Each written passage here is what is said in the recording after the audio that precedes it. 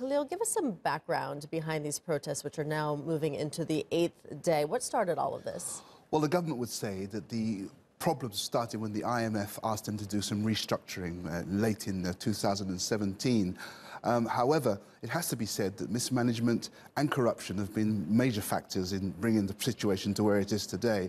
I mean, there are accusations of $16–20 billion being held in overseas account by government ministers, and whilst that's not proven, there are, almost 200 companies, private companies, which have relatives and ministers, government ministers, which enjoy the patronage of government business. And so there's a definite conflict of interest, and that has been structural, if you like, for a very long time now. So over the past year, there's been acute shortages of bread, shortages of petrol, petroleum, and there have been huge long queues stretching back miles and miles and miles, and people wasting all of their day to try and get onto these queues to fill up the basic supplies. So it's come to a head because in what we've seen now is that the unions have come out and said they've had enough. I mean, the professional unions like the doctors and the engineers have now said, we want Bashir to leave, and they tried yesterday to go to the palace and present him with a letter demanding his resignation, and of course was stopped by the heavy show of armed forces that have been deployed on the streets.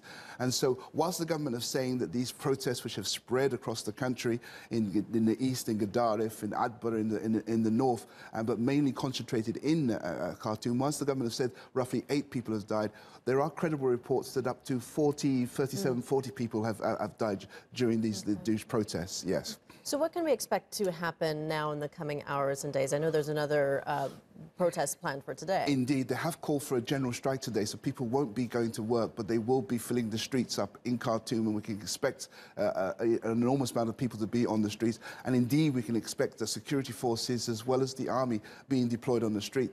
And so it really depends, how things go. But I spoke to the opposition leader before he went back to Khartoum. He's the former prime minister. His name is Sadiq al-Mahdi. And Sadiq al-Mahdi was saying that on the 19th of December, he wanted to go back and have a popular but peaceful uprising against the government.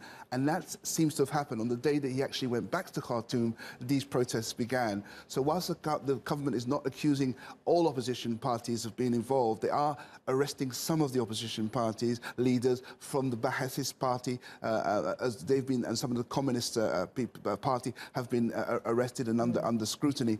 So the government are trying to stop the build-up of these protests by shutting down social media. So you find the social media sites have been locked off, but people are using, VPNs and virtual private networks and stuff to get around that, and posting up the videos that we're seeing now on social media.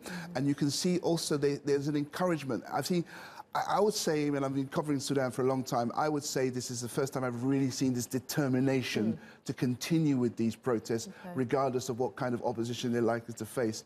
So in the next few days and the next few hours, we could see some changes that might be dramatic in Sudan, or unfortunately, we could see some more bloodshed.